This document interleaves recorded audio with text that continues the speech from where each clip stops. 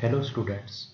Today we are going to study a new chapter named HTML, and in this chapter we are going to study images, links and frames which are used in HTML5. So let's start with the introduction to HTML. A web page is composed of multimedia content which includes text, graphics, audio, and videos. It means that a web page which we see on the internet website is composed of different elements which are in the web page. You can see the text, graphics, audio, and videos are there in the web page. A web page elements or a web page are created using a language called HTML. HTML stands for Hypertext Markup Language. We can view web pages using a software called web browser. Let's start with the full form of HTML. The full form of HTML is Hypertext Markup Language. It is a markup language used to create web pages for the web or the internet. It was created in 1991 by Tim Berners-Lee. He was the inventor or creator of World Wide Web. It is a coding language that governs the layout of a web page and decides how the content should be displayed. It means that whatever the content is visible on the website on the internet, it is governed or it is controlled by this HTML. हम जो भी website पे page देखते हैं that page is basically coded in HTML, and whatever the content, whatever the display of that page, whatever a page looks like depends purely on the HTML.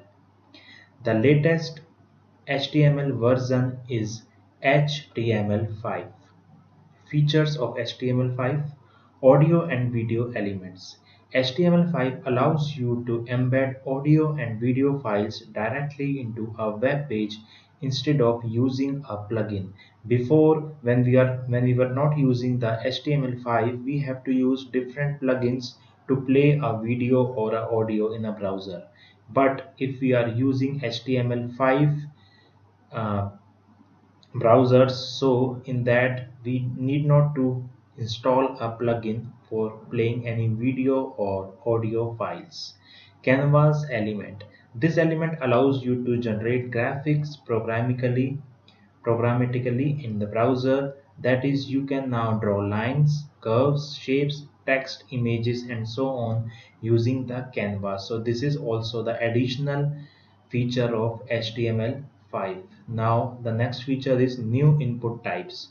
HTML5 provides many new input types such as date, color, email, month, number and so on to simplify the designer task. Suppose we are filling up a form and we have different input types. Suppose we are entering the name, the roll number. So in HTML5 we can also enter the date. Suppose if we want to enter the date of birth, we have a calendar in case of that. So the color, email and all these things are provided in HTML5. So here we are going to start our first HTML program, and this is the starting of document type HTML. You have to write. This means that the it will tell the browser that this document is of HTML type. So here is the starting tag, which is the HTML tag. After that, you have already learned we have to use the head tag, and in the head tag we have to use the title tag, which will display the title of the file which we are using. After that, we will start with the body tag, and whatever the content of our page, our web page will lie in this body content. And after the whole page has been coded, the body tag will be off, and we have to last in the last we have to off the HTML tag. Here we have created a HTML file, you can see here, and after that we have to save this file. You can see the whole program here of HTML. So we are going to save this first. Let's save as first file dot html. We have to save it like that. We have to give the extension dot html, and we have to give the location. Suppose I am saving it in the music folder, and just click on save. After that, we have to go on the music folder. Here we have to click on the, here you can see the music folder, and then you can see the first file. We have to open it with Google Chrome. So you can see here the file is being opened, and this is the output of our web page. This is our first web page. So this is how we are going to make the HTML page. So let's move on with the new topic, inserting images. You can see it that we are going to insert an image. This is the image tag. To insert an image in a web page, we use the image tag. This is the tag name, img.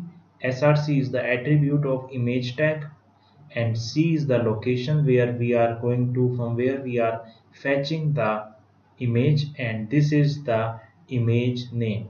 So let's start a program. This is the HTML file which we have created for putting an image in our web page. So I have one image in the F drive of my PC. You can see in the F drive here I have the image pic. The name of the image is pic, and I have to put this image in my web page. So I have to write the body here, and in the body tag I have to specify the image source image tag, and in the source attribute we will specify the location of the file. After that, we will turn off the body tag and save the file. So now we are going to run this file. So this is the output of the file which we have run. We have given the image source of this image. So this image has been displayed here, and after that the content of the body is being displayed. So this is how we are going to use the image tag. Suppose we have one more image. You can see here in the new pic. Image is here with new pic. So this is the image. Suppose we want to place this image in our web page. So what we have to do, again we have to go to the body of the HTML document. Then we have to put the image source of this image. Suppose we have given here the address of this image. Now we have saved the program, and again we are going to reload this page. So as soon as we reload, you can see the image here. This is the image which we have just embedded in the web page. So now we have two images in our web page. So this is how we are going to insert multiple images in the web page. You can easily do this, and we can insert much more images. So here we have the attributes of the image tag. SRC source, it stands for source. The source attribute defines the path or the URL of the image to be inserted. Alt stands for alternate. Suppose our image is not displayed due to some reason, so a message will be displayed instead of the image. And align is also the attribute of image tag. Suppose we want to right or left align our image in the web page, so we can use the left and right values of the align attribute. Next one is height and width. This attribute specifies the size of an image on a web page. Suppose we can put the height and the width percentage. In that manner the image will be cropped, or it will be set according to the percentage. Last attribute, important attribute, is border. If we want to apply a border to a image, we can set this attribute to add a border around an inserted image. So now we are going to use images in a table.